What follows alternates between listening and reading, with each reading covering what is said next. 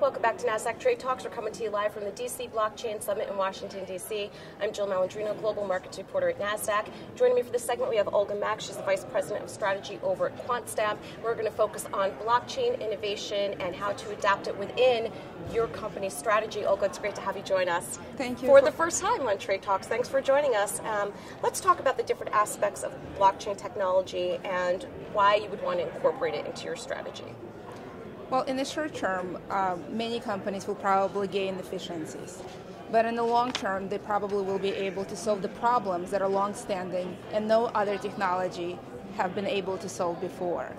It is important to appreciate blockchain for the qualities that it brings to the table. Transparency is a notable quality. Very few other technologies can bring that. Ability to not have censorship is another quality.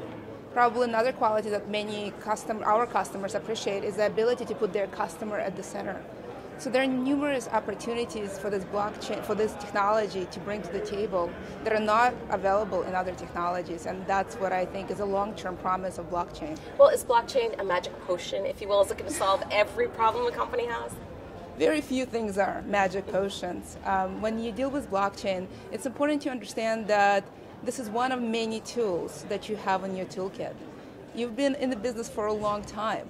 You know your industry, you know your business, you know where the pain points for your customers are. It's a good time to pause and ask yourself, does blockchain have virtues that can solve those opportunities? But it's not a good opportunity to stop and throw away everything you know and all other solutions you have. It will supplement your existing bouquet of solutions. It will not replace everything. All right, now what about some of the security and risks that could potentially be associated with it? How do you mitigate it? What kind of controls should be put in place? So blockchain, especially at an application level, is a vulnerable place. For example, smart contracts, an example of an application, is a piece of code written by humans, and humans make mistakes. So it's very important before you deploy to very carefully look at what you're deploying, because unlike traditional software that is private, blockchain software is public. So vulnerabilities are visible, and hackers and malicious actors can take advantage of it. And so it's very important to be very intentional about your deployments and usage of that technology. All right, and to wrap up here, how do you partner with the right blockchain experts? So it's important to understand that this is a relatively new space. There is really no experts. We're learning together.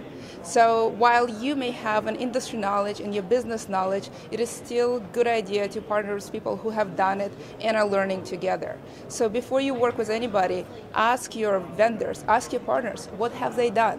What have they built? What are they learning? What are they trying? How are they trying to change this industry? You will not find an expert who knows everything. What you hope to get is somebody who has an open mind to understand your business and bring experience that are relevant to the table. All right, Olga, thank you so much for the insight. And thank you for joining me throughout the day from the DC Blockchain Summit. I'm Jill Malandrino, Global Markets Reporter at Nasdaq.